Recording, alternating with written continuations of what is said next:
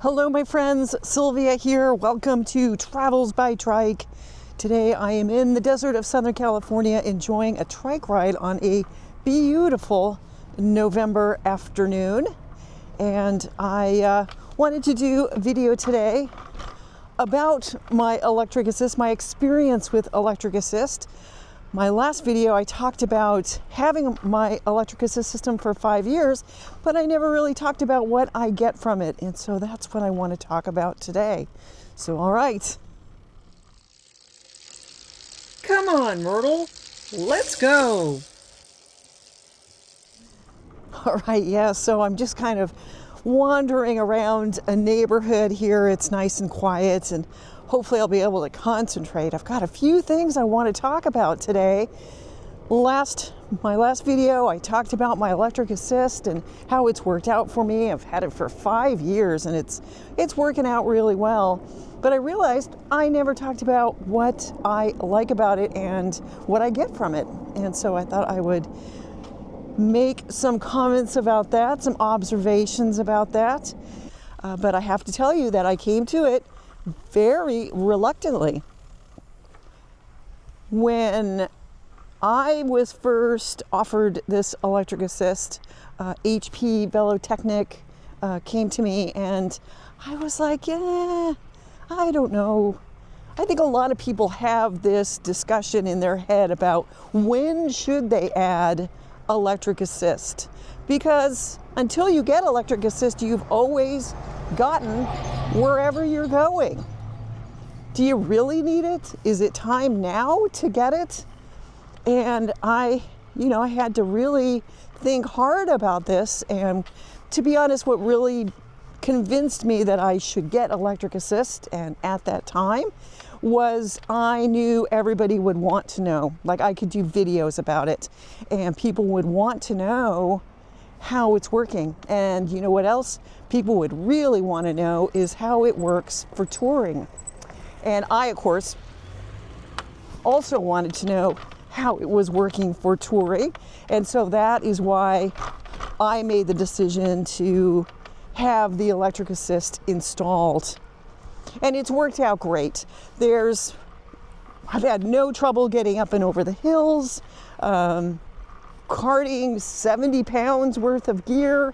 On my last tour, I was up and over the Continental Divide, the Arizona Divide. I was at more than 8,000 feet in elevation at one point. The Appalachian Hills are sometimes 25% grade and no problems at all. The other thing about this electric assist is it doesn't get hot. And that's a pretty nice feature, I think, because it's 250 watts. You're just not you don't have that kind of output. But this wasn't the first electric assist that I have used. I had electric assist installed more than 10 years ago. This was on my first trike, on my Greenspeed GTO with the Cargo Monster, and I had an EcoSpeed electric assist installed.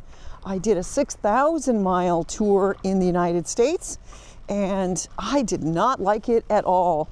The EcoSpeed motor was fine, it was flawless, but it did have some other issues. One, it had a throttle, and I had to use the throttle all the time. So for 6,000 miles, I had to use my thumb to get anywhere. The batteries were big, they were bulky, they were kind of like small car batteries. And there was a lot of wires and lights, and they didn't have the capacity that they do now. And the throttle was not very sensitive. And so it always drew more juice than I needed. And so I would go through the batteries. I had 2 batteries, and I used them had them stored in cat trike bags. I had them wired up in series so I could use them both at the same time. But I was constantly worried about how far I could get, which is, a little bit different than now. So I think I could get maybe 30 miles to a charge, And now I can get more like 60 or 70 miles to a charge. The batteries are smaller, they don't take as long to charge, and I don't have a throttle. So it's just the whole system is much more comfortable and user-friendly, and works better for what I needed to do. There were some funny things back in the day. I can remember when I first got this electric assist system, and you probably remember when you go for a group ride, a club ride, and everybody at the end of the ride will stop and have coffee or maybe a beer, and we would talk about the ride, the stuff that happened, the people we met. Maybe someone had a mechanical, maybe there was weather, just whatever, your struggles and different things that happened. And it was very, very fun to go over the ride and reminisce and hear about what happened to other people. Maybe they're further ahead. And suddenly, when everybody got electric assist, the conversation would turn to how many bars left people had in their battery. And there was a subtext that was saying, you know, I had this electric assist system installed, I love it, but you know what, I don't really need it. And people would talk about how little they used their electric assist, and that they really didn't use it. And I have to say that conversation was kind of annoying. So there was that. I can also remember before I got electric assist, before I got this electric assist, and I think this is still going on a little bit, where like at Tater Tot or the recumbent retreat, there's kind of a separation of riders, those that have electric assist and those that don't. And that's a little bit unfortunate. But it seems like most people have electric assist now. I really think that electric assist is one of the biggest things that has ever happened in the biking industry. And I think it really helps. It sure helps me to be able to ride with just anybody. I can keep up, and I can ride with anybody, and I don't have to worry about how far I'm going like I used to. I'm so slow at climbing that this used to be a really big consideration, particularly when I'm touring. I always say that it's not the miles, but the elevation. So when I'm plotting a course for a day's ride, for me, the most important information is how much climbing is there, because that's going to determine how far I can go. Without electric assist, I was comfortable riding maybe 4,000, 4,500 feet of climbing, and it would take all day.